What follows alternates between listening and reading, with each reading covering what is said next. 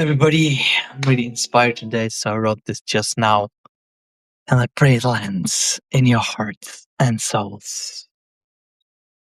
The journey to the high place. For we wrestle not against flesh and blood, but against principalities, against powers, against the rulers of darkness of this world, against spiritual wickedness in high places. Ephesians 6:12, King James Version. In this high place, it is as simple as this. Leave everything you know behind. Step towards the cold surface. Say the old prayer of rough love and open both arms. Those who come with empty hands will stare into the lake astonished, reflecting there in cold light, reflecting pure snow, the true shape of your own face. Tiliho Lake. That's David White's poem. If you can't speak about sex, love, death, money, and God without giggling or flinching, you're neither mature or fully human. Morning 13th of January 2026. Here we go.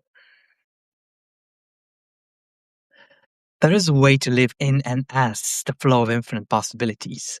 And that does not mean every whim or desire is always instantly actualized.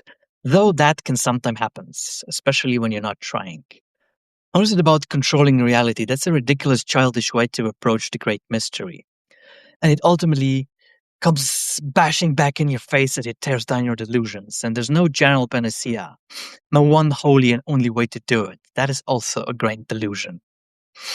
There are infinite ways to find their way in the chaos of everyday life, as I wrote once, and I still have no idea where that wisdom came from.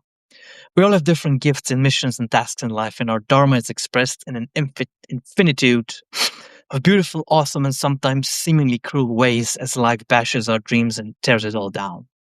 For some, this is a very real practical thing, and it becomes a matter of survival. But for others, everything seems perfect, but in their heads and minds, they're going through infinite circles of hell. On a daily basis, I'm not here to judge what's worse. I've had some years of madness that I still make me shiver when I think of them. But on a good day, I can see the perfection of the great and wise and compassionate Creator who guided me through the madness, and I am able to be grateful for it. I've never been in situations that some of my friends find themselves in daily. I can only take my hat off and bow to their courage. But we all have our own ways, destinies, and trials and tribulations, and we have been given the strength, the courage, and the persistence to get through them. Otherwise, we would not have been given them, and we have not been given to them. That I know for certain. So as the world goes for the fourth or fifth, or God knows what turning, and systems breaking, currencies collapse, and new tyrannical digital ID systems are secretly being planned to put what is left of the free world in digital prisons, and some of our brothers and sisters are sentenced to literally live in them like in actual prisons, like in Gaza or Palestine, I wonder what we are to do. I have no clear answer.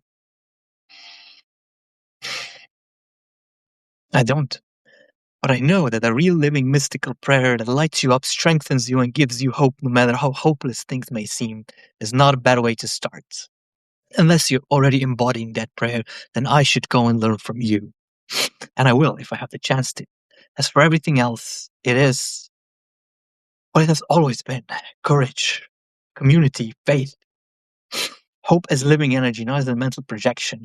The power of the invisible gold strings, excuse me, that bind our hearts to each other and to the Almighty. It can never be severed, that can never be dimmed or diminished, that cannot be eavesdropped.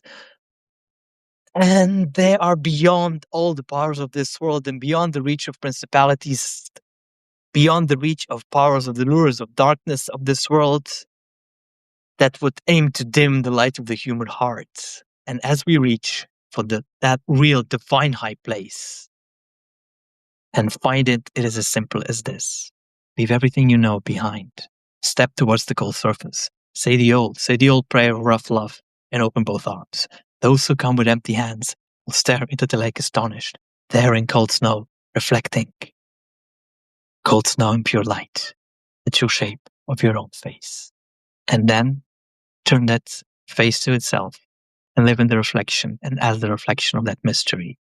That, if anything, will rise us up and higher, help us reach deeper. And in that well of infinite depth and beauty, we will have found a way. Love you all. Everybody who's watching, if you just started, listen to it again. Bless you. May we always be blessed by love. Bye bye.